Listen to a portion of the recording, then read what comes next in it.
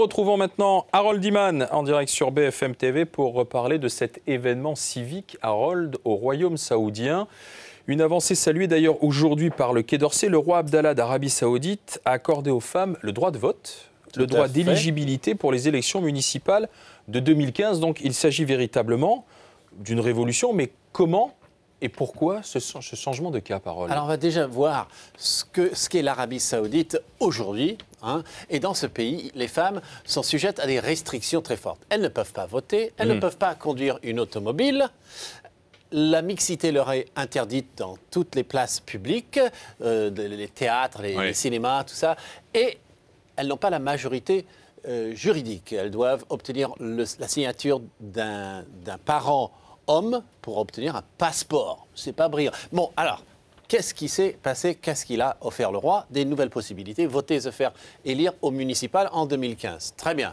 Être nommé au Majlis al-Shura, ça veut dire l'espèce de proto-parlement qui est purement consultatif et purement nommé. Alors pourquoi on fait ça? Dans ce pays, il y a une ville un peu plus libérale, c'est Jeddah. Une ville beaucoup plus conservatrice, c'est la Mecque. La capitale administrative, c'est à Riyad. Bon, on va dire peut-être que les gens de Jeddah ont pesé un peu plus dans le clan du roi. Le roi a très bien senti le réveil arabe qui venait partout. Le printemps commençait à souffler sur le royaume saoudien, très oui, modestement. il a soufflé, mais depuis il sentait une petite brise. Il a senti une petite brise et il a surtout senti que le monde le regardait.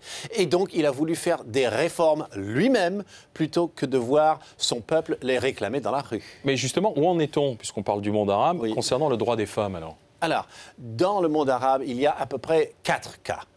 Le cas bleu, ici, le Maghreb essentiellement, en plus, le Liban, la Palestine, ça c'est des pays où c'est très libéral dans le contexte. Pour nous, peut-être, ce ne serait pas si libéral, mais c'est libéral dans le contexte. Ensuite, nous avons ce groupe ocre-là, le Koweït, tout ce qui est dans le Golfe, sauf Arabie Saoudite. Ça, c'est quand même strict, mais les femmes peuvent voter.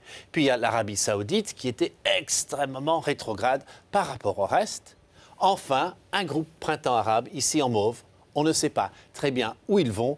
En Égypte, la condition de la femme n'est pas trop en danger. En Libye, on ne sait pas encore. En Irak, ce n'est pas clair. Bref, grosse incertitude dans la zone mauve.